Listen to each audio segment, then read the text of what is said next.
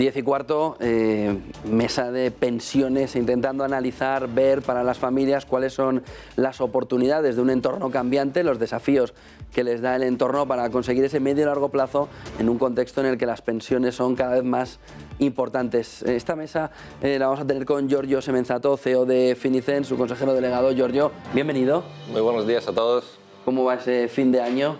Pues muy bien, hoy un día movido. Y un día histórico para Finicens. Un día histórico también, sí. Acabamos de cumplir el 5º aniversario de nuestros planes de pensiones y bueno, pues con resultados muy satisfactorios, una rentabilidad acumulada de un 43%, lo cual, bueno, pues estamos muy satisfechos y orgullosos de este resultado. Ya lo habríamos firmado, todos, ¿no? Todos, sí. Hace 5 años. César Muro, Head of Passive Sales Spain and Portugal de DWS Xtrackers. César, bienvenido. Muchas gracias, buenos días y gracias por la invitación a Negocios TV. ¿Cómo va este fin de año? ¿Cómo lo veis?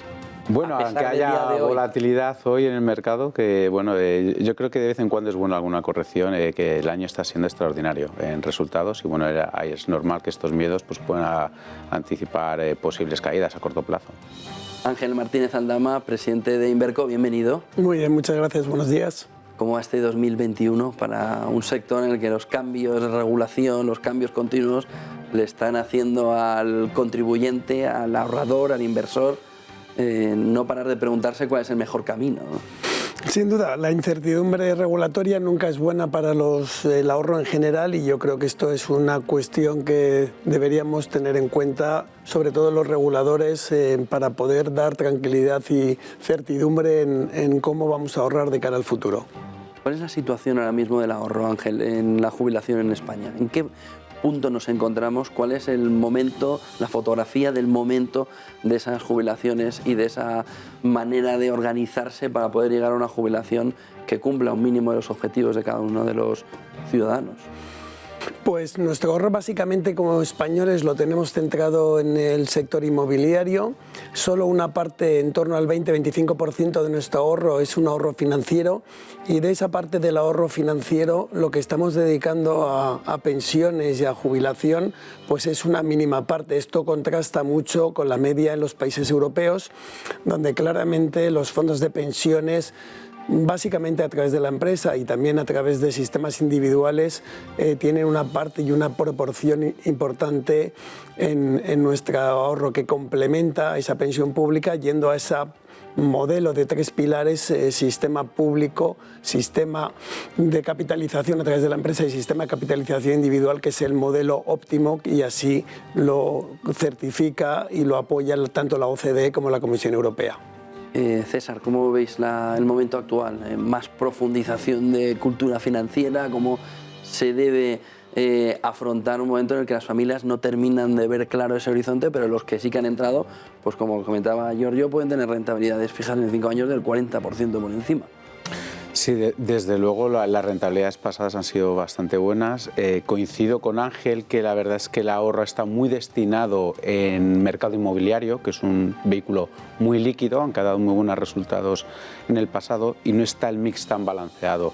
Creemos que falta un poco más de planificación por parte de la gente o de los ciudadanos, tener un poco más de miras a largo plazo y yo creo que todo el mundo vive más el día a día, más que estar pensando oye, en 20, 30, 40 años o 10, qué es lo que voy a tener y qué es lo que puedo hacer. Y yo creo que ahí sí que vemos algunos segmentos de la población o incluso algunos proveedores que sí que están dando soluciones más tecnológicas y esperamos que pueda evolucionar. Pero bueno, hay bastantes barreras. Una realidad que dentro de lo que es el ahorro financiero hay alguno más finalista de corto plazo que sí que está funcionando bien, pero el de largo plazo o para la jubilación, nosotros creemos que hay que reflexionar sobre lo que se ha hecho en el pasado y lo que puede ocurrir en el futuro. Giorgio, esas rentabilidades con esa fotografía que ha cambiado en estos últimos 5 años desde que lanzarais ese primer plan de pensiones, todo ese movimiento que ha habido, ¿se va avanzando en cultura financiera? ¿Va cambiando la fotografía en el ahorrador?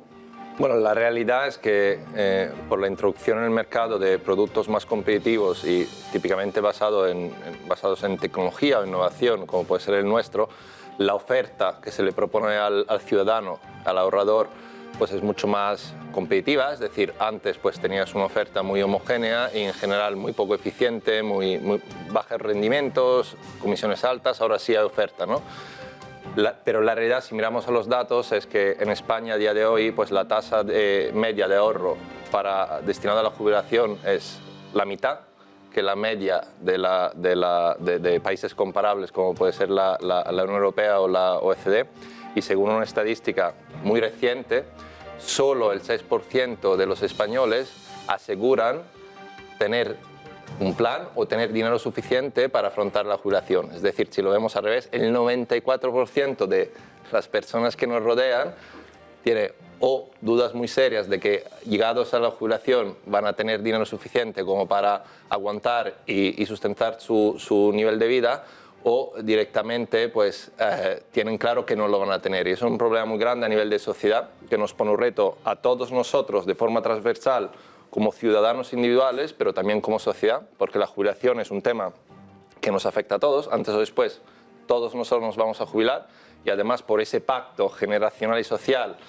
que tenemos en marcha, pues nos afecta tanto directamente como indirectamente, ya que los que trabajan hoy son los que están pagando las pensiones de los que se van a jubilar en el corto plazo o de los que están jubilados, con lo cual es un tema muy serio que se debería de tomar, en mi humilde opinión, mucho más en serio, tanto a nivel individual como personas, pero también a nivel de instituciones.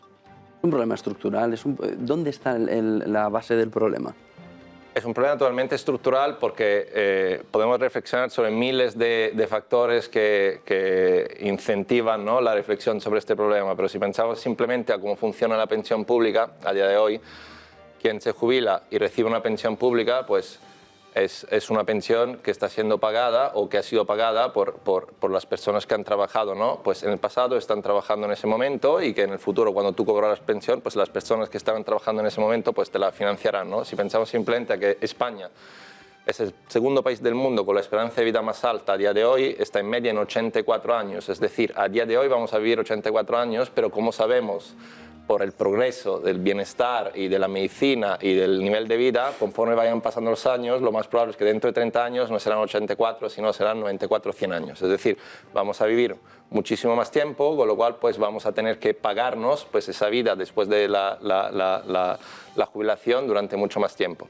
Y mientras tanto, pues entonces hay mucho más que financiar de bolsa de dinero, y mientras tanto pues con problemas estructurales, con países como España, con un paro crónico por ejemplo a nivel juvenil, con unas perspectivas económicas no tan favorables de crecimiento, pues claramente pues esa balanza de entre quién paga y quién recibe pues se hace cada vez más desfavorable, y bueno, pues tenemos un problema claramente contable, ¿no? Y eso hay que financiarlo de alguna manera. Con lo cual, pues últimamente, pues en muchos países, pues se está apoyando el segundo y el tercer pilar, y bueno, pues yo creo que esa es una vía imposible de evitar, ¿no?, para que esto se mantenga a flote, ¿no? Ángel, ¿ese problema estructural es la base de la situación actual del problema? Aquí de lo que tenemos, afortunadamente, en Europa vivimos cada vez más tiempo, tenemos... Y eso hay que aplaudirlo, vamos hacia sociedades cada vez más longevas, vamos a vivir más tiempo, yo creo que eso nadie lo puede considerar un problema, pero sí plantea un reto de sostenibilidad, y eso es lo que todos los países envejecidos, los más desarrollados, pero los menos desarrollados van a venir después, tienen que afrontar, y la manera de afrontarla es a través de un modelo, como decía antes, de 3 pilares de pensiones. La pensión nuestra, el día que nos jubilemos, no puede ni debe descansar solo en un único pilar, y consciente de ello la Unión Europea pues ha establecido sus propias normas y directivas tanto de segundo pilar como de tercer pilar. El sistema público tiene muchos retos que enfrentar como consecuencia de esta longevidad, pero que esto pasa en todos los países. Va a haber más gente jubilada, vamos a pasar de 9,5 millones de jubilados actuales a 15 millones, esos jubilados van a vivir cada 10 años, van a vivir 1 año y medio más, y la pensión media cada año aumenta un 3% solo por el efecto de sustitución de pensiones.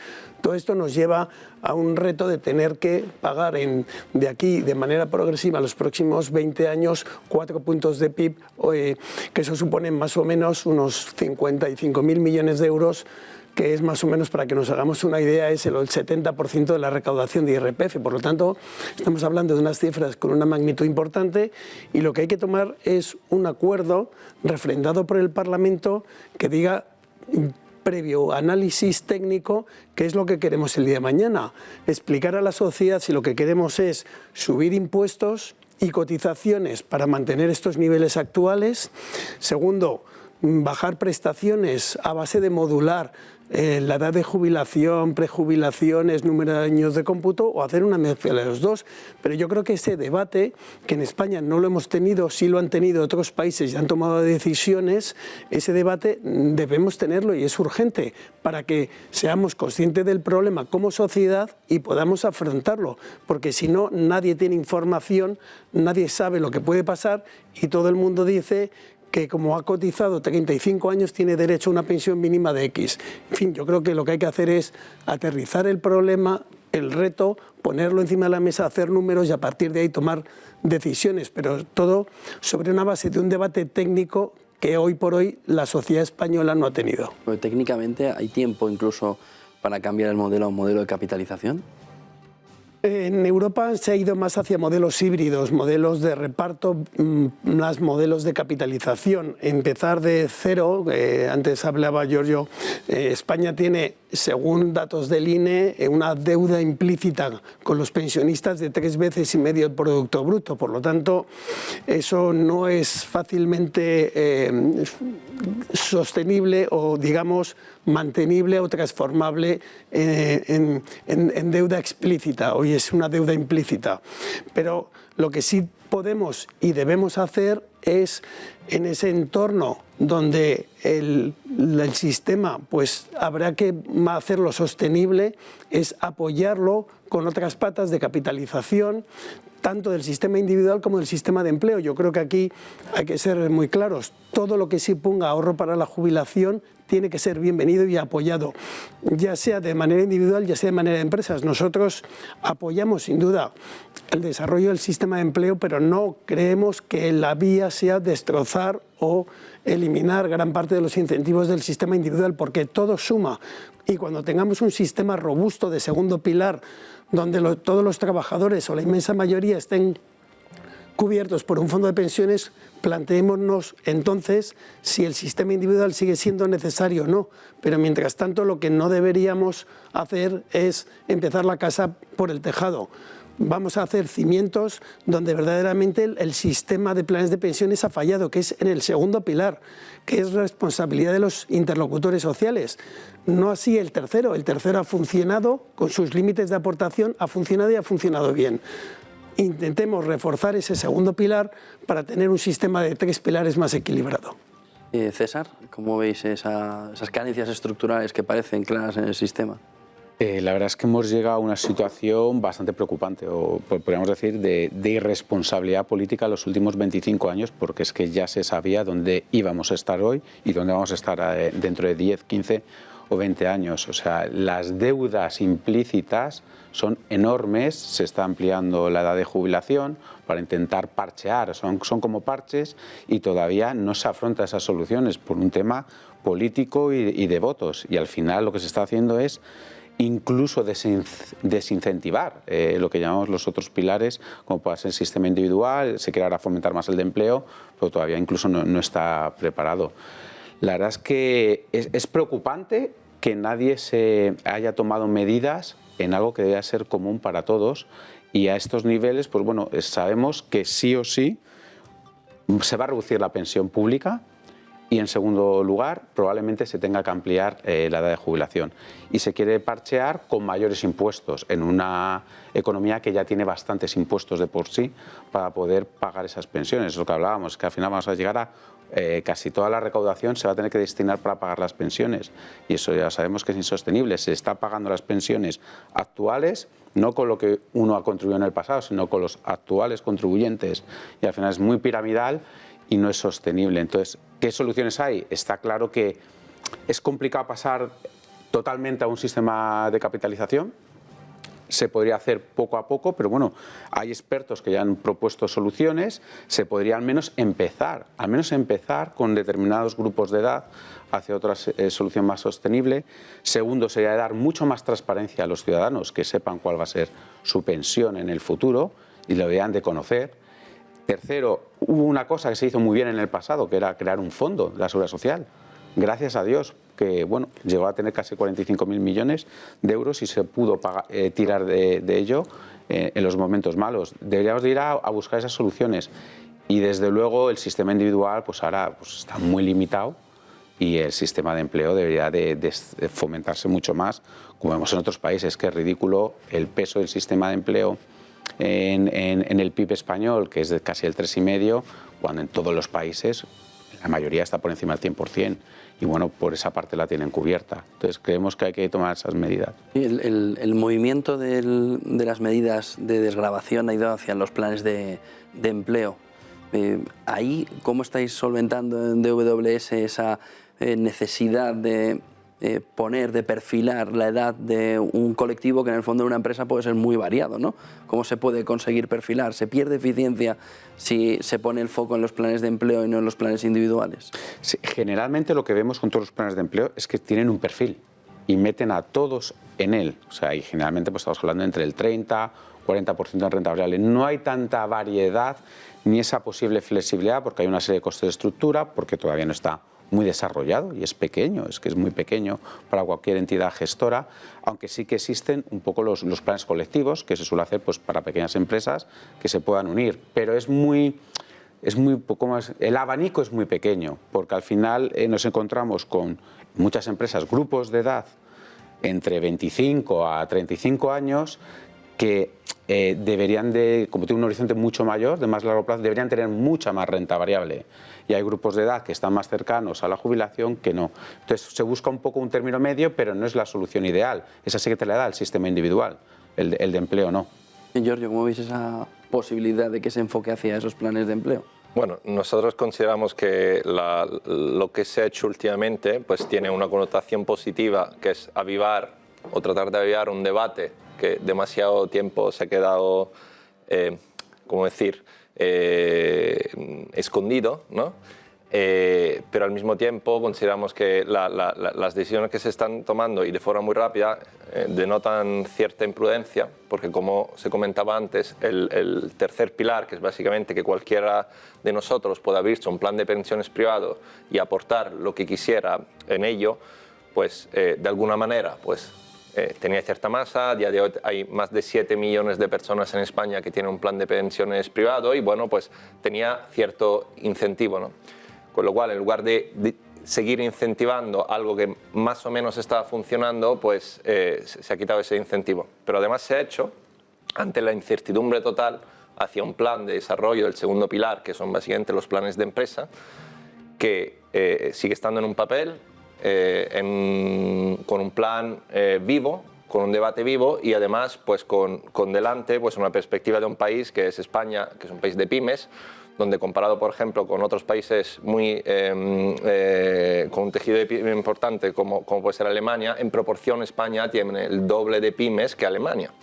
Con lo cual tratar de implantar un sistema de forma tan rápida, de forma tan nueva, en un país donde la mayoría de las personas y de las empresas son pequeñas, pues es muy difícil, porque una multinacional puede acoger, ¿no?, pues esa iniciativa de forma relativamente eficiente y de forma relativamente rápida, pero una pyme de 20 personas, ¿cómo lo va a hacer? Entonces, siendo honestos, pues no tiene buena perspectiva, ¿no? Y lo último que me gustaría apuntar sobre este tema es un tema también de comunicación. Yo creo que el mensaje que se está enviando a la sociedad y a las personas es totalmente equivocado.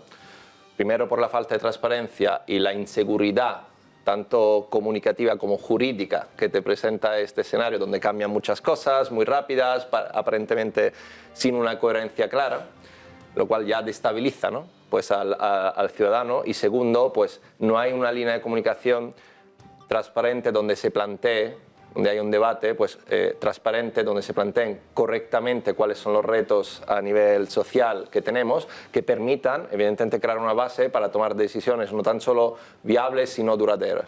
Y para mí eso es el punto de inicio de todo, y a día de hoy no lo tenemos. Ángel. Pues se habla que se van a transferir beneficios del tercer pilar al segundo, pero lo cierto es que todavía el segundo pilar no hemos visto ningún beneficio funcionando.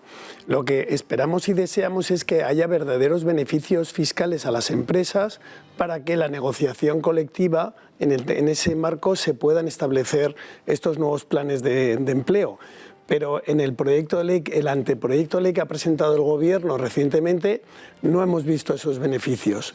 Sin beneficios fiscales es muy complicado o es muy difícil que verdaderamente las empresas vayan a asumir un coste laboral adicional al que ya tienen, estableciendo un plan de pensiones cuando encima por el lado de la pensión pública se les ha aumentado las cotizaciones sociales.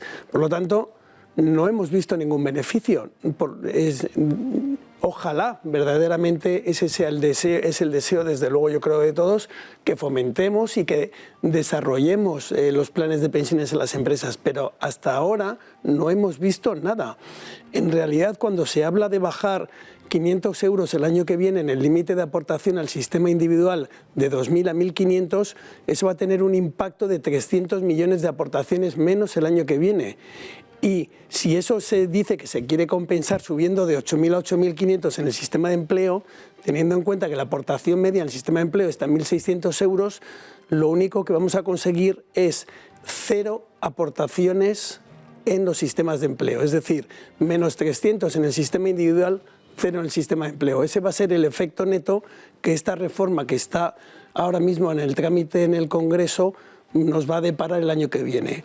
Menos sistema de previsión social, supuestamente compensamos de una manera semántica lo que quitamos de aquí, lo ponemos en empleo, pero en la práctica, en la realidad, esto nos lleva a menos 300 millones de aportaciones.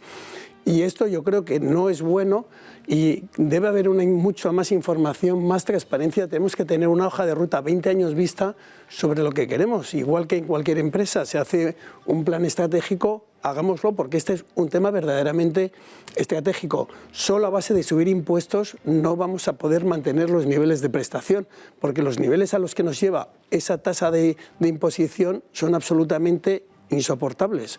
Y por lo tanto, dígasenos a la población que podamos tener tiempo para poder reaccionar y poder decidir si ahorramos para la jubilación o no ahorramos. Pero para eso todavía estamos esperando desde hace 10 años la información sobre la pensión pública estimada. Hay una obligación legal en el Parlamento que no está derogada y por lo tanto está incumplida desde hace 10 años por los sucesivos gobiernos. Mientras que la población no tenga esa información, pues fácil, no podemos decir que la población está abstraída o está pensando en otra cosa, simplemente no está informada. Y ese es un tema de educación financiera y de formación que creo que es la primera responsabilidad que deben tener todos los gobiernos. Informar a sus ciudadanos en un marco de transparencia sobre cuál va a ser su previsión de ingresos cuando se jubile, que el sistema de pensiones supone la principal fuente de renta o casi la única para 7 de cada 10 familias jubiladas. Entonces estamos hablando que esto tiene una trascendencia social importante. Por lo tanto, y termino, información, comunicación y verdaderamente apoyo fiscal a las empresas para que establezcan planes de pensiones, que hoy por hoy no hemos visto ni la información, ni la comunicación, ni los beneficios fiscales. Sí, pero volviendo a la raíz del asunto, parece mucho más fácil poner la desgravación y los esfuerzos en que cada uno perfile su inversión a medio y largo plazo que hacerlo a través de un plan de empresa, ¿no? Bueno, en teoría, pues a través de un plan de empresa, lo que conseguimos a través de un plan de empresa, y yo creo que esa es la parte positiva, es que todos los trabajadores, la empresa, ahorre por todos ellos. Es verdad que con un sistema individual solo ahorran o bien los que tienen nivel de ahorro o quieren ahorrar, porque hay gente con niveles de renta altos pero que no ahorra. La ventaja del sistema de empleo es que todos los trabajadores podemos llegar a una cobertura del 100% de un sistema de capitalización. Eso sí, luego lo que habría que ver son los fondos de ciclo de vida, porque como se ha comentado anteriormente, no todos los trabajadores desde 25 años hasta 65 años deben tener el mismo perfil de riesgo, pero eso se puede perfilar dentro del propio plan o ciclos de vida. Pero la ventaja del sistema de empleo es que logras una cobertura del 100% de los trabajadores, pero para eso no basta con hacerlo voluntario, desde luego sin beneficios fiscales no vamos a tener ningún avance, vamos a tener una ley estupenda, pero que no va a tener efectos prácticos. Y sería una pena que una vez que hemos abierto este debate lo dejemos aparcado en una ley estupenda que no funcione. Por lo tanto, si el coche queremos que funcione y que el día de mañana tengamos pensiones de nuestra empresa, hay que ponerle gasolina. Y la gasolina son los incentivos fiscales para las empresas que si no, no van a establecer estos sistemas de pensiones y lo que vamos a llegar es una situación donde no va a haber ni segundo pilar ni vamos a tener tercero. Y vamos a tener que depender todos de un primer pilar que veremos cómo y de qué manera se puede financiar. Inflación es otro de los puntos clave que están pensando muchos ahorradores / inversores. Giorgio, en estos momentos en los que la inflación entra como una variable más, ¿qué papel puede jugar todo el sistema, toda la filosofía de inversión de Finicens para conseguir mejores rentabilidades como esta última añada de 5 años? Y sobre todo, ¿qué papel puede jugar un sistema, una filosofía de inversión como la de Finicens en un entorno de inflación? Sí, a día de hoy, solo un dato, hay 1 billón de euros en España en depósitos y cuentas corrientes que dan cero o incluso negativo con comisiones, más el efecto de inflación que está en un 4 o 5%, la realidad es que todas esas personas pues tienen pues una pérdida, ¿no? real de menos 5% pues al año. Si se tuvieran que mantener además esos niveles de inflación, pues sería pues progresivo a lo largo del tiempo, ¿no? Con lo cual hay una erosión total del poder adquisitivo de las familias españolas y además pues eso impacta no tan solo en contingencias de corto plazo como puede ser pues la cobertura de imprevistos a nivel de personas y de nuestra vida y de nuestras familias, sino también contra pues o retos más de largo plazo que como sabemos no son tan de largo plazo porque estamos claramente en ello, de forma afectar esto de forma negativa, con lo cual claramente yo creo que este escenario obliga a todos estos ahorradores a dar el paso a la inversión.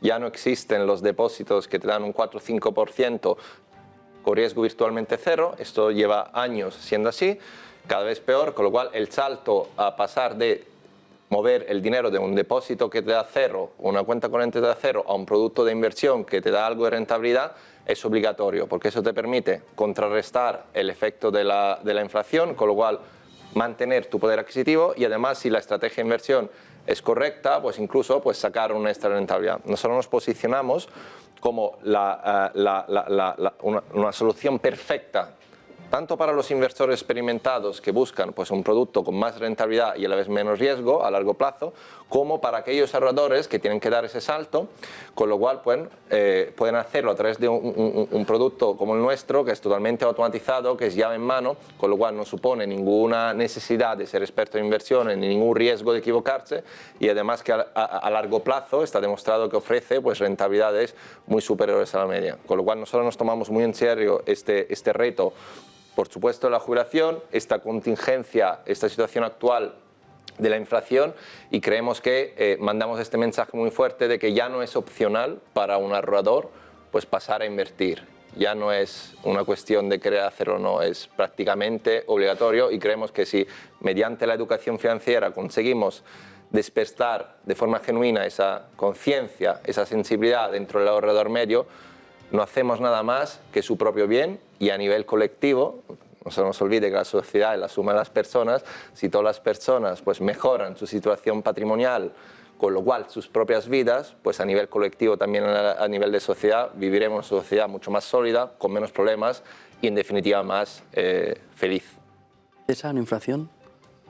Bueno, la inflación, aunque ahora la tenemos un poco por las nubes comparado con lo que ha sido históricamente, bueno, nosotros proponemos soluciones, o sea, para el ahorrador, al final somos más partidarios de que tenga una cartera bien diversificada, pueda construirla con ETFs, por ejemplo, que es nuestro caso, fondos cotizados, puede tener bonos ligados a la inflación, debería tener un poquito de commodities, tiene que tener uno renta variable, tiene que también tener activos más ligados a la inflación como pueden ser infraestructuras o lo que llaman incluso fondos cotizados de compañías inmobiliarias. En lugar de tener un piso en la playa, pues bueno, puede estar uno diversificado y tener 300 inmuebles, oficinas, centros comerciales, etcétera.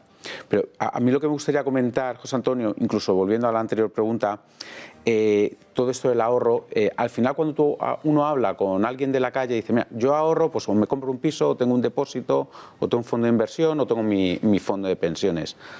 Pero lo que de verdad todavía no se, siempre estamos hablando de incentivos fiscales, si benefician más a una parte de la sociedad, si queremos incentivar incluso a las empresas, pues tiene un coste para las arcas públicas, y si no les incentivas a las empresas, ellos no van a poner dinero para sus empleados, que es un pilar bastante relevante. Pero lo que no hemos probado es, oye, pero ¿por qué no incentivamos el ahorro a largo plazo de esa jubilación sin tener que primar con alguna ventaja fiscal ahora que luego se paga en el futuro? Es, no, oiga usted, invierta, como podemos ver en otros países, hasta cierta cantidad en esta cuenta, elige usted una serie de vehículos que quiera y no va a pagar impuestos sobre las plusvalías. Es neutral para la hacienda pública, y lo que estamos haciendo es fomentar ese ahorro para ese producto. No hace falta decir que usted mete esta cantidad y le devolvemos su tipo marginal y ya se lo cobraré luego. No, no, no. Hagamos algo libre de impuestos para poder pagar las pensiones y compensarlo. Y nadie hemos planteado otras soluciones diferentes a lo que llevamos haciendo 25 o 30 años, que todavía no ha despegado nuestro sistema de ahorro a largo plazo para poder cubrir ese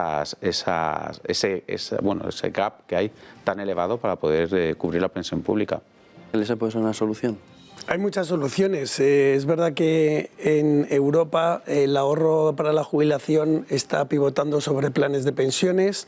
Hay un sistema de EET, que es el que avala la OCDE, es decir, que las aportaciones están exentas, el rendimiento durante la vida del trabajador de esas inversiones también está exento de tributación, y luego pagan al final. Al final el Estado tiene que recaudar a medio y largo plazo en un entorno donde va a haber menos trabajadores, y es una manera también de asegurarse esa sostenibilidad. Fórmulas hay muchas. Lo que hay que hacer es, primero, aumentar la riqueza, porque si no crece nuestro PIB, nunca vamos a poder repartir riqueza. Entonces, yo creo que esa es la primera premisa de todo gobierno. Y segundo, procurar que los ciudadanos tengan el mayor ahorro posible cuando se jubilen en un entorno donde va la pirámide de población claramente hasta el año 2047 se ha puesto cilíndrica más que piramidal, y por lo tanto esto va a tener un efecto en las generaciones que se jubilen en los próximos 15, 20 años. Los incentivos al ahorro están basados en la iliquidez. No todos los productos que tengan la misma productos con liquidez no se pueden primar igual que productos sin liquidez, porque si no, obviamente, yo iría a igualdad de fiscalidad, me iría al producto más líquido, lógicamente, ¿no? En fin, las fórmulas hay muchas, pero lo importante es que pongamos en marcha alguna. Es que ese es el tema, ¿no? Y tenemos un reto importante, porque si no logramos que el 100% de la población ahorre para la jubilación, tendremos jubilados de primera con una pensión única de la Seguridad Social, que veremos cuál es el nivel que podemos mantener de manera sostenible, y ciudadanos que han tenido o han podido ahorrar, bien sea a través de su empresa, porque han tenido esa suerte de estar en una empresa con un sistema de pensiones, o bien porque han ahorrado de una manera individual. Fórmulas hay muchas, pero claramente lo que hay que hacer es un diagnóstico, un diseño de aquí a 20 años vista, cuáles van a ser los recursos y cómo podemos financiarlo a efectos de la jubilación, y, por supuesto, empezar a tomar medidas. Y sobre una base de una hoja de ruta que no estemos cambiando las normas, porque la mayor penalización que puede tener el ahorro, aparte de la inflación, que es el impuesto del ahorro, es también la inestabilidad normativa. Estos cambios, cuando encima además son a peor, no son buenos. ¿Ha vivido, lo comentaba al principio Giorgio, la industria con los planes de pensiones, mirando a la industria, no hacia factores exógenos a la industria, ha vivido con un producto demasiado cargado de comisiones y con excesiva rentabilidad baja para crear de verdad esa expectativa en el ahorrador, hasta que han llegado soluciones que están consiguiendo bajar esas comisiones y subir la rentabilidad? ¿Ha vivido demasiado pegado el sector a un producto que no era atractivo para el inversor las últimas décadas? Bueno, yo creo que a base de repetir un mantra, pues da la impresión que acaba siendo una realidad, ¿no? Las cifras actuales en comisiones en el sistema individual están en el 1,04 media ponderada. Si uno ve cuál es la normativa del PEP, que es el Plan Europeo personal que se ha establecido a nivel de la Unión Europea en el reglamento PEP. La comisión que se establece máxima es el 1% para el PEP por defecto. Por lo tanto, si comparamos 1,04 versus 1, que es el estándar que se ha puesto a nivel de la Unión Europea, no parece que para un tercer pilar la industria española esté cobrando más comisiones de ese estándar. Y sobre el tema de las rentabilidades, pues esto es ver el vaso medio lleno, medio vacío. Uno puede ver la rentabilidad media a 15 años que está en el 2,3 neto de gastos, o uno puede ver la rentabilidad a 12 meses que está en el 14% neta de gastos, o puedes irte a las rentabilidades a 26 años que están por encima del 3,5 neto de gastos, por lo tanto superando la inflación. Con lo cual, insisto, y luego cada uno puede ver el vaso medio lleno, los datos están ahí y que cada uno vea si estas rentabilidades son buenas o malas y que compare con otros productos en costes y en rentabilidades. Y dentro de ese abanico total de planes, evidentemente los planes de renta fija hace 20 años eran más rentables que los de renta variable y de 10 años para acá pues son más rentables cuando uno invierte más en planes de renta variable que en planes de renta fija. En fin, esto hay un menú, hay unas opciones y cada uno puede elegir en función de su nivel de riesgo.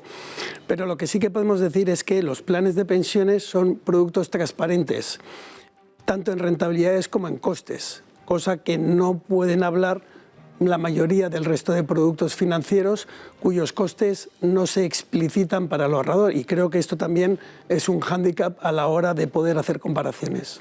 Giorgio, ¿qué os encontrasteis hace 5 años y si ha cambiado algo desde la llegada de esos... Nosotros lo que más nos preocupa es un tema que tiene que ver con el hábito, ¿no? Otra vez, ¿no? de ahorro para la jubilación. La realidad es que si miramos a los datos, a día de hoy en España hay un 70% de las personas que tienen un plan de pensiones que no han aportado nada a ello en los últimos 12 meses. Es decir, no se puede concluir que quien no lo ha hecho es porque no tenía suficiente, ¿no? Evidentemente no es creíble, ¿no? Entonces claramente hay un problema de hábito. Si no es que es peor todavía, porque si desgranamos ese mensaje y ese dato por tipología de edad y por generación, vemos que los que tienen una edad inferior a 30 años, es decir, que se están incorporando al mundo del trabajo, con lo cual a empezar a cotizar, afirman que no ahorran para la jubilación y por supuesto no tienen un plan de pensiones porque, bueno, pues ya queda mucho todavía y ya veremos, ¿no? Mientras que conforme subes con la edad, cuando te aproximan los 50-60 años, ese mensaje varía mucho y acaba en es demasiado tarde para mí, ¿no? para empezar, ¿no? Evidentemente ambos escenarios son incorrectos, es decir, evidentemente la ventaja que tiene una persona joven para ahorrar para la jubilación, y más si es un plan de pensiones, que es un producto de capitalización, que mediante la generación de rentabilidad a largo plazo te puede generar unas ganancias exponenciales, con lo cual multiplicar tu patrimonio por incluso en 40 años 7-8 veces, ¿vale? Pues claramente pues es una ventaja, ¿no? Puedes aprovechar de esa ventaja que tienes, que es el tiempo, un horizonte mucho más largo, que puede parecer una desventaja, pero realmente es una ventaja. ¿Y quién tiene 50-60 años? Pues si vivimos en media 84 años ya y viviremos cada vez más conforme las últimas tendencias, pues tienes todavía pues posiblemente 15-20 años para aportar, que sigue siendo pues un horizonte muy amplio, con lo cual vemos que la base es donde hay que trabajar. Y por supuesto luego en el tercer pilar, que son los planes de pensión individuales, pues una oferta muy variada. En España hay más de 1.100 planes de pensiones distintos, entre los cuales una persona puede elegir y además tiene la libertad, no tan solo elegir cuál es el plan, sino cuánto aportar a ello, que creemos que también pues, es un factor muy relevante. Con lo cual volvemos siempre a lo mismo, es un problema de cultura, un problema de educación financiera, un problema de estímulo de ese ahorro que puede ser fiscal o a través del conocimiento, y consideramos también que no tan solo puede ser responsabilidad de los agentes privados que quieran hacerlo, hacer esa labor de comunicación y de educación financiera ante sus propios inversores, sino que los agentes públicos que realmente, que son las instituciones que tienen una potencia de fuego en ese sentido mucho más elevada, además de tener que velar éticamente y políticamente por la salvaguardia de los intereses de los ciudadanos contribuyentes, deberían de dar varios pasos más en ese sentido. Y volviendo a lo mismo, pues las señales que se mandan a la población y sobre todo tras las últimas medidas van totalmente en el sentido contrario, con lo cual no es que no hayamos dado un paso adelante, yo considero que hemos dado 2 atrás. César. Yo la verdad es que si uno pregunta a una persona joven, evidentemente está más preocupado con cómo pagar una casa en el futuro y no está pensando en la pensión pública. Entonces, ¿qué es lo que suele hacer? Ahorra en otro tipo de vehículos y ahí lo que se necesitaría es el plan de empleo, porque es la manera de poder empezar a ahorrar a esa gente que es un poco joven. Cuando ya sí que nos acercamos a otra edad, ya cercano, por encima de 40, 45 años, los inversores empiezan más a preocupar y empiezan a aportar y a planificar, y porque ya han cubierto una serie de gastos. Y ahí pues sí que tiene que haber una serie de incentivos. Estamos hablando antes de las comisiones, yo echaría yo hablaría todo lo contrario, o sea, las comisiones de los fondos de empleo son bajas. Lo que sí que ocurre es que los inversores están invirtiendo en productos muy conservadores y que no han dado rentabilidad, o en el pasado invirtieron mucho en productos garantizados con una rentabilidad esperada pues bastante baja si van bien los mercados. Y lo que sí que bueno, es importante desde nuestro punto de vista que se pueda dar un abanico más amplio a los fondos de pensiones a nivel de poder invertir en otra serie de vehículos, fondos o lo que llaman ETFs, y que no estemos tan preocupados con las comisiones que pueda haber en cascada por encima de un determinado límite, sino propongamos un producto de valor añadido al cliente, porque lo que sí que es verdad que en el mundo de las pensiones es que no hay una competencia tan abierta como en otros tipos de vehículos de fondos de inversión. Entonces, pues bueno, sí que hay una serie de gestoras españolas y no pueden tener lo que llaman el expertise total en muchos mercados, y para poder ofrecer buenas rentabilidades a los clientes tienen que utilizar otra serie de vehículos externalizados que utilizan otras contrapartidas, como puede ser Finicens, pero claro, le están poniendo un poquito una serie de barreras que puede frenar la rentabilidad de las inversiones de esos clientes. Barreras? Bueno, pues al final hay un tope de comisiones que se puedan cobrar, que creemos que no lo hay en cualquier otro fondo de fondos o en cualquier gestión de carteras o en cualquier vehículo a nivel individual. Se aportan un poco de valor añadido, más son instituciones, por así decirlo, un inversor institucional va a acceder a un tipo de producto súper barato en costes o en comisiones, que lo podría incorporar a la cartera. Y también es verdad que probablemente Ángel tenga más información, está muy sesgada a renta variable europea. La parte de rentabilidad de los fondos de pensiones está más sesgada a ese mercado, porque donde puedan tener conocimiento, y en otros mercados pues no llegan por estas barreras que pueda haber. Ángel, ¿es así? Sí, Carlos ha tocado un tema interesante, y es las limitaciones que la legislación establece en los fondos de pensiones, no así en otros productos, desde luego no en fondos de inversión, donde hay un tope de cuando inviertes en un vehículo, un fondo de pensiones, que a su vez genera comisiones, un fondo de inversión, un fondo de capital riesgo, que son inversiones que diversifican la cartera, esa comisión indirecta hay que sumarla a la directa que cobra la gestora, y no puede sobrepasar un tope, y eso está frenando mucho el desarrollo o la inversión en este tipo de productos, que son los que verdaderamente pueden y están dando rentabilidades a medio y largo plazo positivas. Y en ese sentido, pues debería limitarse o levantarse esa prohibición, que insisto, no existe en fondos de inversión, y todo lo que se fundamenta es una información tanto precontractual como postcontractual al inversor, y eso sin duda pues dinamizaría mucho más las carteras de los fondos de pensiones. Pero bueno,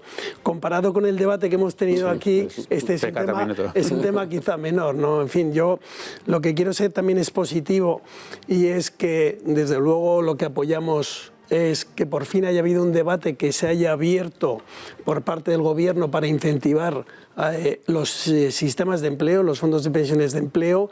Vamos a aprovechar este anteproyecto de ley, futura ley, para incluir verdaderamente los incentivos fiscales, y que no quedemos solo en una ley en papel mojado, que hay que poner ese dinero, todo el dinero que se ha revertido del tercer pilar, que se ha eliminado póngase por lo menos a favor de las empresas para que desarrollen en negociación colectiva con los sindicatos y que verdaderamente dentro de 3, 4, 5 años, cuando los convenios colectivos actuales lleguen a su momento de vigencia, se puedan negociar y empezar a establecer aportaciones, pequeñas sumas de 10 euros al mes en la mayoría de los trabajadores, pero que eso empiece a sumar y que el interés compuesto haga sus efectos en el mercado.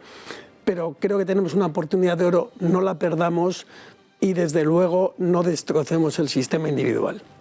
Pues muchísimas gracias, Giorgio, César, Ángel, por acompañarnos en esta mesa de ahorro para la jubilación que tantas familias españolas están ahora mirando y viendo cuáles pueden ser las soluciones. Muchas gracias a los tres. Gracias a vosotros. Muchas gracias a vosotros.